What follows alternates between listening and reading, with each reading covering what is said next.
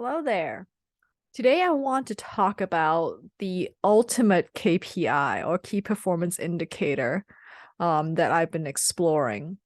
So, as a Buddhist practitioner, one thing that I've always been trying to articulate is that, of course, in spiritual development, we're trying to some extent, improve ourselves, right? However, the trapping is that the search for improvement can itself be an ego building process. And that is, in fact, the opposite of what we're trying to achieve. We're trying to let go of the ego. And so, how do we measure progress towards a destination where the achievement is an anti-achievement? And so on Twitter recently, I tweeted that I sell one thing and only one thing. And that is helping people meet the leading KPI of loving kindness so that they can achieve the lagging KPI of letting go. And of course, much of this is based upon the Buddhist framework of the ultimate spiritual goal. And the reason why I wanted to name these KPIs is because I think they are the ultimate anti-KPIs. So for loving kindness, it's very interesting because one can actually never have enough of that. Of course, towards others, it's pretty apparent, right? In most major spiritual or religious frameworks, our goal here is to be able to be kind to others around us. And I think the most difficult part, I certainly have this challenge, and I've witnessed this in others as well, is admitting that we really want to also love and care for ourselves. Because a lot of times our minds, our subconscious is often telling us that, hey, like, you don't want to grow a big head, you don't want to, be too loving yourself, and in fact a lot of times the mind tends to trend towards doing the opposite. It's mad at itself. It is expressing mild discontent throughout the day, or even like major discontent. And so how can we reconfigure our minds towards being able to love itself, and why do we want to do that? The reason why we want to do that is because the more that we don't love ourselves and see ourselves as separate from others, the harder it is to actually love and care for others, because there's now this separation between the self and the other, that may be unnecessary and unconducive to a truly compassionate practice. And so the other aspect is that as we go about our day, in order to achieve our livelihood, etc., it is really easy to then also slip into a mindset that isn't very kind to ourselves.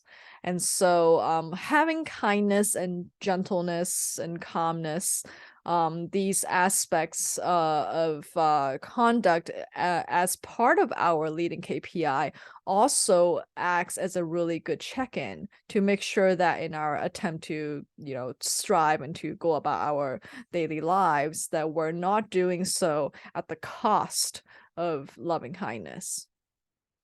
And so that is the leading KPI. I think oftentimes we can tell, like we can ask a question at the end of the day, like, was I actually more kind, calm, and gentle towards myself and towards others? And I think the one of the trick also is it is important to not then judge yourself on a scale of 1 to 10, like, how kind was I to myself today? Because it's really easy to be like, oh no, I did a terrible job. And in a way, the evaluation process becomes unkind, and therefore almost like defeating the purpose, or like in a way getting us even further away from the KPI, right? So instead, what we can do is just offer ourselves the question, as a reminder, and not even really needing to answer it. I think like the sometimes a lot of times we like to think that we need to think about the thing in order to evaluate it. But often instead what we can do is ask the question and just let the question linger in our minds, and blossom in its own way without us interfering with the process. A lot of our thinking is not a conscious process. It is, in fact, just letting itself process, and we are here for it, but we're not actually actively participating in the blossoming process itself. And so the other aspect of the greatest scheme of spiritual goal KPIs is letting go, right? And this is also a paradoxical KPI because instead of like gaining and like wanting to attain something in spiritual development, we're instead seeking to shed ourselves and to shed the layers of ego, of layers of like subconscious interference that's going on through our lives. And so one path towards letting go is loving kindness, because when we are able to be truly kind to ourselves and others, that is when a lot of the tension is dropped from the way that we're interfacing with the world.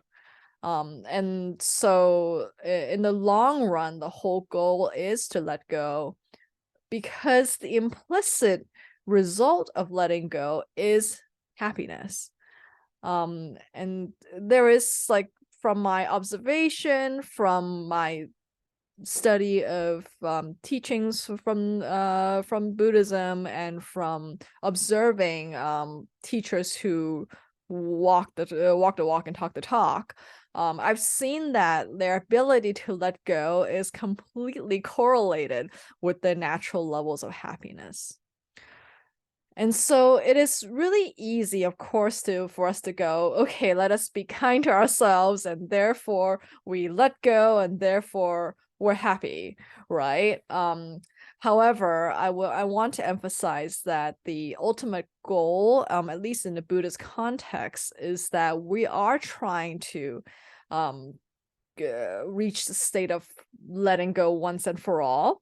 That is essentially what nibbana or nirvana is.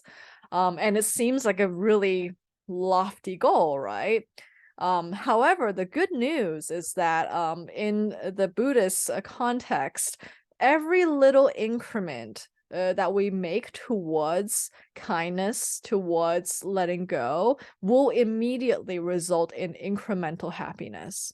And so there's a lot of room here for us daily folks to experiment and to see whether by doing activities that promote letting go, that promote kindness, are actually conducive to our daily happiness.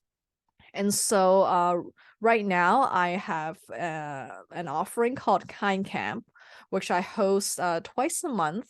And it is a vibe container where we get to reflect using both meditation practice and also writing practice as a group.